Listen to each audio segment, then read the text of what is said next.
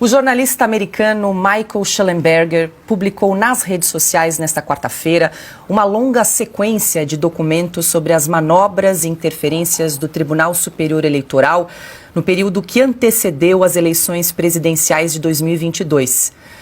Nós vamos repercutir esse assunto a partir de agora aqui em Oeste Sem Filtro, com o autor, então, dessas revelações, conosco aqui no estúdio, o jornalista Michael Shellenberger. Muito boa noite, seja bem-vindo. Muito obrigado.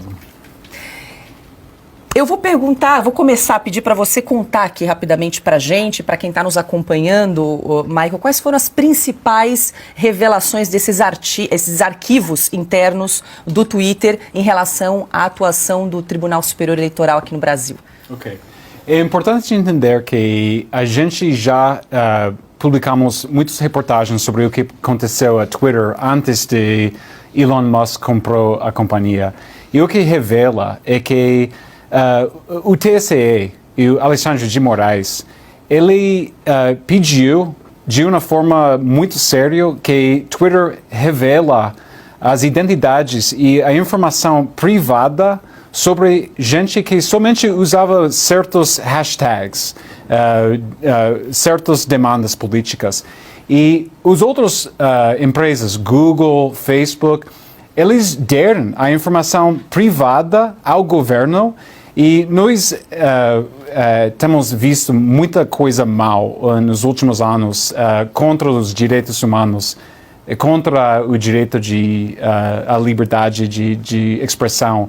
Esse é um momento, um caso pior, um dos casos mais ruins que nós temos vistos. Por quê? Porque o governo está perseguindo, ameaçando a cadeia aos empregados de Twitter. E não hemos visto nada parecido a isso. É uma coisa mais séria e mais como uma ditadura, porque em outras partes do mundo havia mais uma burocracia que demanda o censura. Mas aqui é uma pessoa, e só o TSE, e então me dá muito medo e eu sinto muito raiva por o povo do Brasil a ver o que está acontecendo aqui. Esse é um país que eu amo muito, eu morei aqui, eu era muito parte da esquerda como jovem, e eu vejo isso e isso parece atos de uma ditadura, né? Atos de uma ditadura, e não é coisa democrática, não é transparência. Então, eu não entendo tudo do que publicamos, porque tem muita informação, mas eu peço ao povo do Brasil a ler o Twitter Files Brasil por vocês mesmo, para entender o que está acontecendo, porque para mim é um grande choque. Não podia acreditar que uma pessoa, um comitê pequeno, um juiz, pode fazer coisas assim. Não parece nada, não tem nada a ver com nossa tradição de liberdade no Oeste. Michael, eu vou abrir para as perguntas agora. Ana Paula Henkel. Michael, bem-vindo ao Brasil. Eu acabei de sair do Brasil, você chegou. Muito bem-vindo. Parabéns pelo incrível trabalho. Estou vendo aqui no chat os brasileiros já te elogiando muito e agradecendo pela abertura desses arquivos do Twitter Brasil. Eu traduzi hoje toda a thread, né, todo o fio de vocês para o português, porque o brasileiro precisa saber o que está acontecendo. E o que eu queria te perguntar, Michael, e nós já conversamos muito sobre o que acontece no Brasil, em lives e também em Londres, quando assinamos a Declaração de Westminster. Eu gostaria que você falasse um pouco dessa Declaração de Westminster, como ela é importante e como o brasileiro pode se defender deste complexo industrial da censura que hoje nós temos percebido. É um caminho que tem sido implementado por muitos países no Ocidente.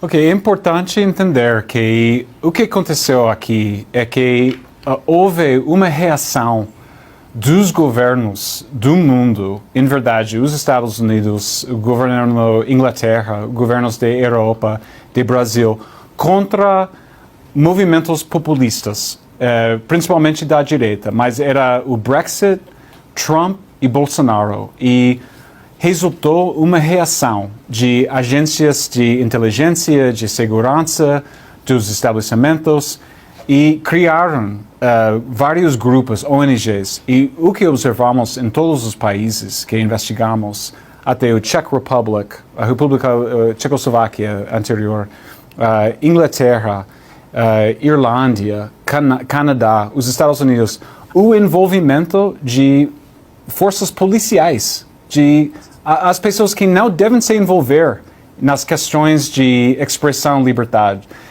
Nós temos uma tradição no Oeste de deixar as pessoas falar o que pensam, e parece muito básico, 300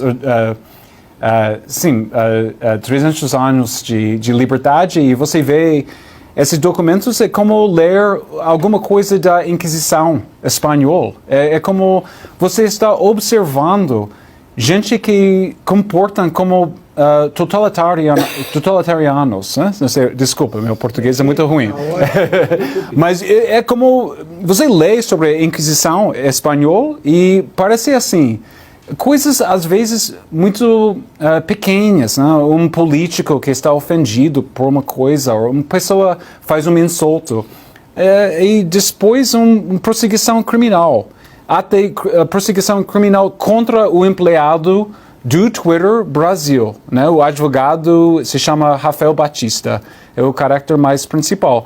E outra coisa que ele queria dizer é que o Twitter era o mais forte em defender os direitos e defender a liberdade de expressão em comparação a Google e Facebook. Essas empresas devem sentir vergonha, a verdade. Eu sinto muito raiva lendo isso, que eles só dão ao governo o que o TSE demanda, né? E Twitter era a única que estava lutando. Agora a gente tem Elon Musk, que está permitindo expressão mais livre, mas a gente era muito cerca a perder nossas liberdades. E esse é o que se observa dos documentos. Nós recebemos aqui no estúdio o jornalista Michael Schellenberger. Silvio Navarro. Michael, boa noite, obrigado pela entrevista. Michael, o Twitter, nesse momento, ele, ao fornecer essas informações solicitadas pelo Tribunal Superior Eleitoral, ele violou as próprias regras de liberdade e de termos de uso da plataforma? Eu acho que sim.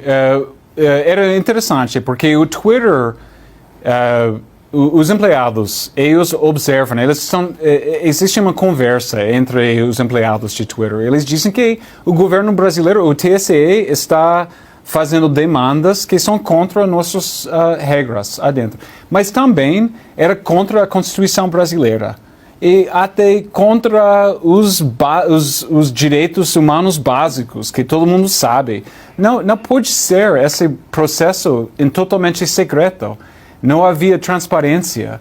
As pessoas, esse juiz de Moraes, está fazendo coisas como ditador. Não sei outra maneira de dizer, desculpa, não sei, que não quero ser... mas lê esse, parece, ele está